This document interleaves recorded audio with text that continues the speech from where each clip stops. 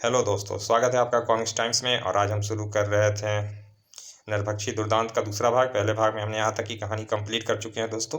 चलिए शुरू करते हैं दूसरा भाग। तभी छना हैं, महाराज आज आप दुर्दांतों से लड़ने ना जाएं। तलवार का गिरना शुभ नहीं होता है।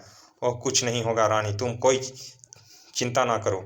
और फिर राजा रानी सुनीता से तलवार लेकर तेजी से कक्ष से बाहर निकल गए।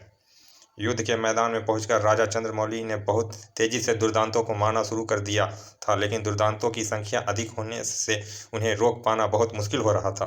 कुछ ही देर में सर्वांग ने बहुत से दुर्दांतों के साथ राजा चंद्रमौली को घेर लिया। ओह, मेरे सैनिक भाग गए, यह तो सब दुर्दांत ही दिखाई दे रहे हैं। हो। रथ के घोड़े को मार दिया जाने पर राजा चंद्रमौली को नीचे उतरकर युद्ध करना पड़ा। कुछ ही देर में सर्वांग राजा चंद्रमौली के सामने पहुंच गया। हा, चंद्रमौली, आज तुम जीवित नहीं बचोगे। ओह दुष्टो, मैं भी देखूंगा कि आज कौन जीवित रहता है। कहने के साथ ही राजा चंद्रमौली ने सर्वांग पर तलवार के वारों की झड़ी लगा दी। कुछ दूर खड़े सेनापति सौरिक ने सर्वांग को हारते देखा, अपना घोड़ा तेजी से उसकी ओर दौड़ा दिया। और तभी राजा चंद्रमौली की तलवार का एक शक्तिशाली प्रहार सर्वांग की गर्दन उड़ा देता कि सौरिक, मैं अभी सर्वांग के टुकड़े टुकड़े कर देता। तुमने मेरा प्रहार क्यों रोक दिया ठना? इसीलिए कि अब तुम्हें मारकर मैं इस राज्य का राजा बनूंगा। सौरिक, तुम विश्वासघात करोगे। लेकिन अभी राजा चंद्रमौली अपनी बात पूरी कह पाता कि तभी सौरिक की तलवार विद्युत गति से घूमी और तभी सर्वांग ने भी पीछे से प्रहार किया।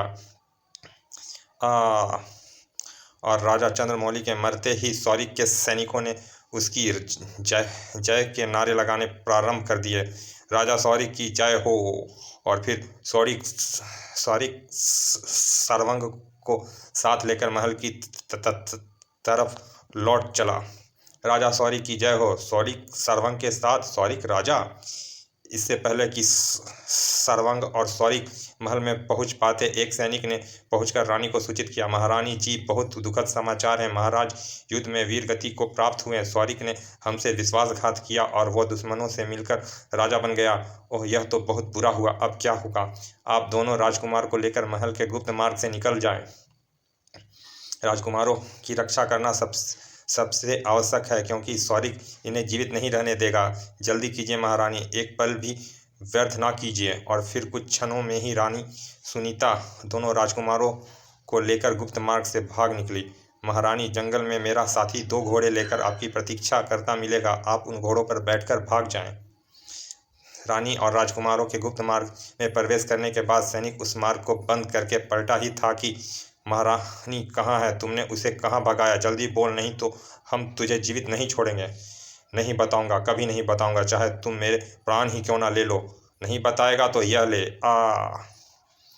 उधर गुप्त मार्ग से निकलकर जब रानी राजकुमारों के साथ जंगल में पहुंची। लीजिए महारानी जी, आप तुरंत यहाँ से दूर किसी दूसरे राज्य में चली जाएं।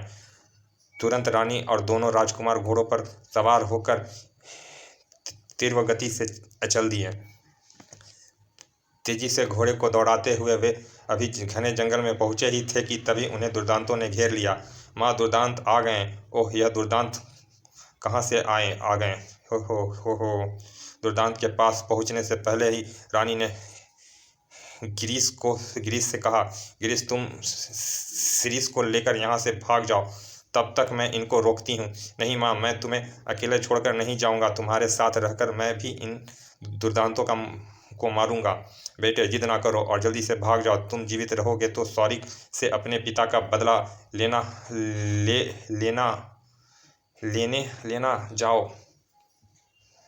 जाओ, जल्दी करो। ओहो। और फिर कुछ सोचकर गिरीश ने एक और को अपने घोड़ा दौड़ा दिया। उधर विद्युत गति से रानी दुर्दांतों की ओर झपटी। हो, मारो। अरे, वह 2 लड़के भाग रहे हैं, उनका पीछा करो। मुझे मारकर ही तुम उनके पास जा सकते हो और मैं तुम्हें जीवित नहीं छोड़ूंगी। रानी कहर बनकर दुर्दांतों पर टूट पड़ी। खचाक, मारो। कुछ ही देर में रानी ने कई दुर्दांतों को मार डाला। लेकिन अकेली रानी अधिक देर तक उन दुर्दांतों का मुकाबला नहीं कर सकी। हिन हिन हिन ओह, और अगले ही क्षण आ लेकिन मरते मरते भी रानी ने उस दुर्दांत को मार दिया। ओह, मरा। वह दोनों लड़के तो भाग गए। क्या हम उनका पीछा करें? नहीं, अब तक वो बहुत दूर चले गए होंगे। उनका पीछा करने से कोई लाभ नहीं। चलो, आज एक ही शिकार सही, आज इसको ही खाएंगे। और फिर अपने मारे गए साथियों के साथ रानी को उठाकर दुर्दांत अपनी बस्ती की ओर चल दिए। उधर घने जंगल में जाते हुए दोनों राजकुमार तेज वर्षा आंधी वर्षा से घिर गए। कड़ कड़ कड़ कड़ तड़ाक, कड़ कड़ कड़। ओह भैया, बहुत जोर से बिजली कड़क रही थी। घोड़ा बिदक गया। कड़ कड़ कड़ कड़ाक। हिन हिन हिन। भैया बचाओ। ओह, घोड़ा गिरीश को गिराकर तेजी से भाग निकला। ओह ओह, घोड़ा रुक ही नहीं रहा। ओह भैया भैया। बहुत कोशिश करने के बाद भी गिरीश बिदके हुए घोड़े को रोक नहीं पाया और घोड़ा दौड़ता हुआ उसे बहुत दूर ले गया। हिन हिन हिन हिन। ओह, यह घोड़ा रुक ही नहीं रहा। अब क्या करूं? पता नहीं गिरीश कहाँ होगा। जब किसी तरह गिरीश उसे रोक पाने में सफल नहीं हो पाया तो कूद पड़ा, लेकिन वह जमीन पर मिट्टी में गिरने के बजाय एक पत्थर पर गिरा और तुरंत बेहोश हो गया। अगले दिन जंगल से गुजरते एक नगर के एक धनी व्यक्ति कुबेर दत्त ने गिरीश को बेहोश पड़े देखा तो साथ ही रथ रोको, देखो वह कौन बेहोश पड़ा है। रथ से उतरकर कुबेर दत्त गिरीश के पास पहुंचा। इसे अपने साथ ले जाकर चिकित्सा करानी चाहिए, नहीं तो यह जीवित नहीं रह पाएगा। जी हाँ सेठ जी, इसे साथ ही ले चलना चाहिए।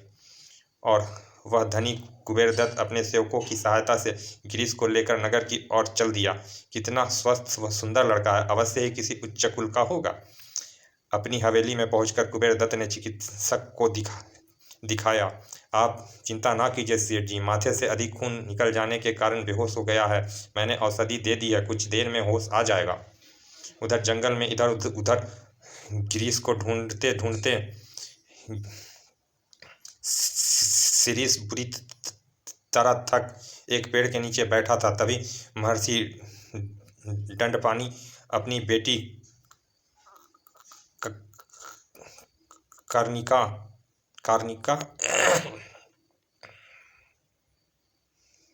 कनिका के साथ उधर से गुजरे। बाबा देखो, उस पेड़ के नीचे कौन बैठा है? अरे यह तो कोई लड़का है, दुर्दांत तो नहीं है। फिर इस जंगल में कहाँ से आ गया?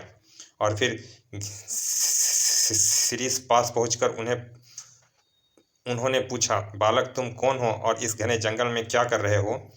पहले शिरीष महर्षि को सब कुछ सच सच कह देना चाहता था, लेकिन फिर कुछ सोचकर वह सच्चाई छिपाकर बोला, बाबा मैं अपने माता पिता के साथ जंगल से गुजर रहा था कि अचानक एक शेर ने उन पर हमला कर दिया। मैं किसी तरह बच निकला। अब मेरा कोई नहीं, मैं कहाँ जाऊँ बहू। लेकिन तुम इस जंगल में कैसे रहोगे? यहाँ तो दुर्दांत तुम्हें मारकर खा जाएंगे। बाबा यह कितना अच्छा है। और फिर इसका कोई भी तो नहीं है बाबा, इसे अपने साथ ले चलो ना। बेटी मैं इसे अपने साथ तो ले चलूँगा, लेकिन दुर्दांत मेरे पास नहीं रहने देंगे। वह किसी दिन भी इसे मार देंगे। नहीं बाबा, आपके भय से दुर्दांत इसे नहीं मारेंगे। और फिर कर्णिका की जिद के आगे महर्षि को झुकना ही पड़ा। उठो बालक, तुम हमारे साथ चलो।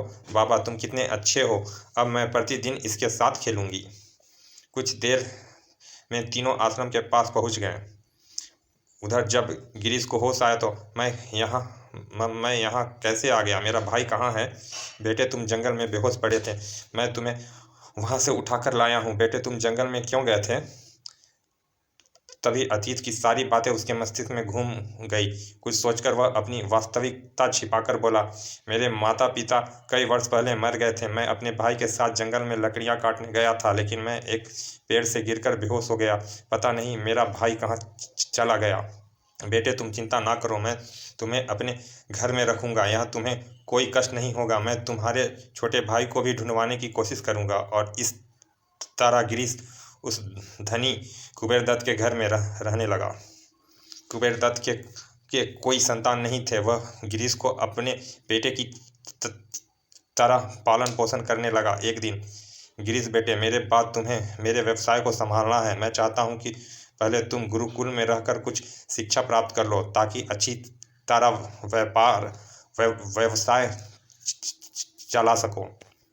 जी पिताजी, मैं भी शिक्षा ग्रहण करना चाहता हूँ। आप मुझे किसी गुरुकुल में भेज दें। ठीक है, मैं कल ही तुम्हें नगर के गुरुकुल में ले चलूँगा। अगले दिन कुबेरदत्त गिरीश को गुरुकुल में ले गया। बेटे, यह वह गुरुकुल है, यहीं रहकर तुम्हें शिक्षा ग्रहण करनी है। और फिर आचार्य के पास पहुंचकर कुबेरदत्त ने कहा, आओ वत्स आओ आचार्य, मैं अपने पुत्र गिरीश को आपके गुरुकुल में शिक्षा दिलवाना चाहता हूँ। कुबेरदत्त उसे गुरुकुल में छोड़कर चले गए और गिरीश उस गुरुकुल में रहकर शिक्षा ग्रहण करने लगा। उधर महर्षि दंडपानी के आश्रम में गिरीश कर्णिका के साथ बहुत घुल मिल गया था। दोनों दिन भर आश्रम में खेलते फिरते। गिरीश, अब मैं इस वृक्ष की लकड़ियों को फेंकूंगी और तुम उठाकर लाओगे, तब तक मैं छिप जाऊंगी। कर्णिका, मैं पलक झपकते ही लकड़ियां लाकर तुम्हें ढूंढ लूंगा। और तभी कर्णिका ने बहुत जोर से उस लकड़ी को फेंका। गिरीश उस लकड़ी को उठाकर लौटा तो कर्णिका आश्रम के पीछे झाड़ियों में छिप चुकी थी। वह अवश्य यहीं कहीं छिपी होगी, मैं इन झाड़ियों में उसे देखता हूँ। और अगले ही क्षण उसने कर्णिका को ढूंढ लिया। मैं नहीं, तुमने छिपते हुए देख लिया था। नहीं नहीं कर्णिका, मैंने बिल्कुल नहीं देखा था। मेरी बात मानो, नहीं तो मैं नहीं खेलूंगी। अच्छा बाबा, मान लेता हूँ। कुछ देर बाद, कर्णिका, हमें खेलते खेलते बहुत देर हो गई है, चलो जंगल से कुछ फल तोड़ लाते हैं। ना बाबा ना, मैं तुम्हारे साथ जंगल में नहीं जाऊंगी। अगर तुम्हें किसी दुर्दांत ने आश्रम के बाहर देख लिया तो वह तुम्हें खा जाएगा। क्या दुर्दांत इतने भयंकर होते हैं? हाँ, दुर्दांत बहुत भयंकर होते हैं, लेकिन सभी दुर्दांत मेरे पिताजी से डरते हैं, इसीलिए वह कभी मुझे कुछ नहीं कहते। मैं चाहे कहीं घूमती रहूं। तुम्हारे पिताजी से दुर्दांत क्यों डरते हैं? मेरे पिताजी को संजीवनी विद्या आती है। उस विद्या से पिताजी किसी भी मरे हुए प्राणी को जीवित कर देते हैं। जब दुर्दांत युद्ध में मारे जाते हैं या घायल होते हैं तो पिताजी ही उन्हें जीवित कर देते हैं, इसीलिए सारे दुर्दांत पिताजी से डरते हैं। सचमुच संजीवनी विद्या इतनी अद्भुत शक्तिशाली है। हाँ। उधर श्रीप्रहस्त में प्रजा का बुरा हाल था। हर सप्ताह स्वारिक के सैनिक निर्दोष लोगों को पकड़ने पहुंच जाते थे। भागो भागो, सैनिक लोगों को पकड़ने आ रहे हैं, भागो, जान बचाओ, पकड़ लो इसे बचकर भाग रहा था। किससे बचकर भाग रहा था? मुझे छोड़ दो, मेरे बच्चे भूखे मर जाएंगे। एक घर का दरवाजा तोड़कर सैनिकों ने एक युवक को पकड़ लिया। मेरे बेटे को छोड़ दो, ये मेरे बुढ़ापे का सहारा है। मेरा बेटे को अभी उसका वाक्य भी पूरा नहीं हुआ था कि तभी सैनिक ने उसे ठोकर मारी तो वह दूर जा गिरी। ओह भगवान, तुम्हारा नाश करेगा दुष्टों। ओह मेरा बेटा, चलो ले चलो इसे, इस घर में अब और कोई नहीं है। और सैनिकों उसे घसीटते हुए ले चले। उस गांव से बहुत से लोग को पकड़कर सैनिक दुर्दांतों की बस्ती की ओर ले चले। सड़ाक, ओह हाय मरा, बचाओ, सड़ाक। सैनिक उन लोगों को मारते पीटते और घसीटते हुए राजा सारवांग के पास ले गए। महाराज, हमारे राजा स्वारिक ने आपके लिए इन आदमियों को भेजा है। आहा, इतने सारे आदमी! इसी तरह तुम आदमियों को लाते रहो तो हमारी तुम्हारी दोस्ती बनी रहेगी। दिवाका, इनमें से 2 आदमियों को आज के लिए बस्ती वालों को दे दो और शेष आदमियों को बंदीगृह में डाल दो। हैं, भगवान रक्षा करो। हैं। उधर गुरुकुल में गिरीश आचार्य से शिक्षा ग्रहण कर रहा था, लेकिन उसका मन शास्त्र पढ़ने की अपेक्षा शस्त्र चलाने में अधिक लग रहा था। मुझे शस्त्र विद्या ही सीखनी है। मुझे स्वारिक से बदला लेना है, अपने माता पिता की हत्या का बदला। इधर महर्षि दंडपानी के आश्रम में गिरीश के मस्तिष्क में भी यही शब्द उभर रहे थे। मुझे संजीवनी विद्या ही सीखनी है, मुझे स्वारिक से बदला लेने हैं, मैं स्वारिक से बदला लूँगा। राजकुमार गिरीश महर्षि दंडपानी से संजीवनी विद्या सीख लेने में सफल हुआ या दुर्दांतों के हाथों मारा गया? क्या दोनों राजकुमार फिर कभी एक दूसरे से मिल सकें? इन प्रश्नों का उत्तर जानने के लिए पढ़ें मैं बदला लूँगा इस सेट में प्रकाशित।